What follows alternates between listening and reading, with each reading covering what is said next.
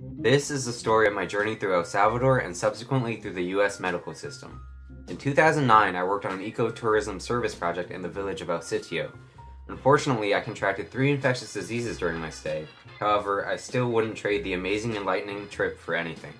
The diseases I contracted were typhoid fever, giardia, and an amoebic infection. These infectious diseases are much more prevalent in Central America than in the U.S. Although common, they can be deadly if left untreated. Amoebic infection, for example, is the 3rd leading parasitic cause of death worldwide. It infects 50 million people annually and causes over 100,000 deaths. The main reason for the high rates of these diseases in El Salvador is due to poor sanitation and water facilities. About 40% of the rural population in El Salvador is without access to clean drinking water. 20% of the entire population does not have access to pharmaceutical drugs, and 40% of children under 5 are not seen regularly by a healthcare provider. In order to help increase the accessibility of healthcare in El Salvador, the education system needs an overhaul. El Salvador has about 6 physicians per every 10,000 people, compared to the US having about 25 physicians per 10,000 people. Most of these Salvadoran doctors were trained in the United States, Canada, or Europe. El Salvador needs to develop adequate educational opportunities in order to increase the domestic development of doctors and nurses. A large influx of medical personnel will help ease the accessibility issue, but the problem remains that a large percentage of the health issues in El Salvador develop from the poor living conditions. Intestinal and parasitic infections can easily be prevented by providing clean sanitation facilities for rural villages and clean water free of harmful bacteria for the entire population. These seemingly simple steps would greatly reduce the large number of children and adults that fall sick every year due to infectious diseases originating from waterborne parasites.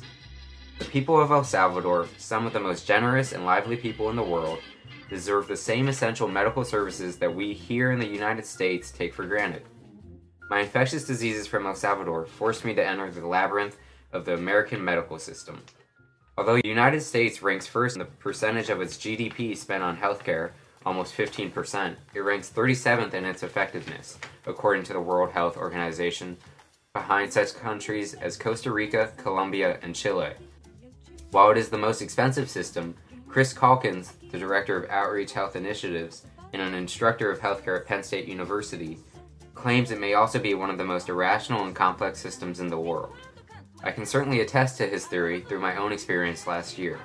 The market-driven medical labyrinth forces people to learn how to navigate through various specialist hospitals and infuriating insurance companies while they are sick, which is the worst possible time to try and undertake such a difficult job.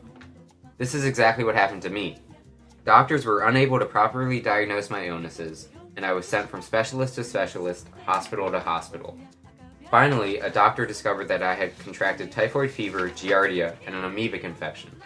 However, because of the much delayed diagnosis, my condition morphed into 2 more damaging syndromes, POTS and superior mesenteric artery syndrome, or SMA.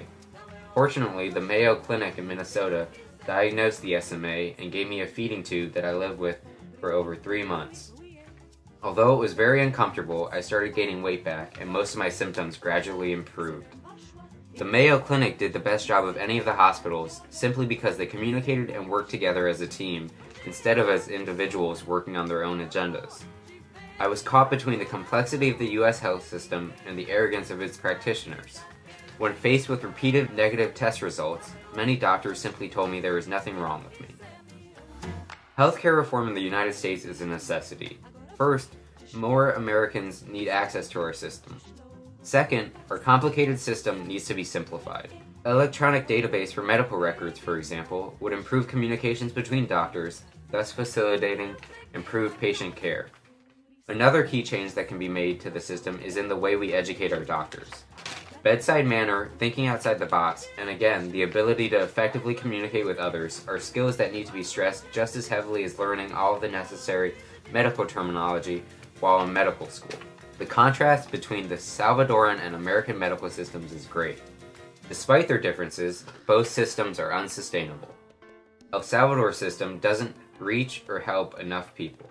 The US system is too complicated, too specialized, and yet still inaccessible to 50 million people, to 50 million uninsured people, or 17% of the population.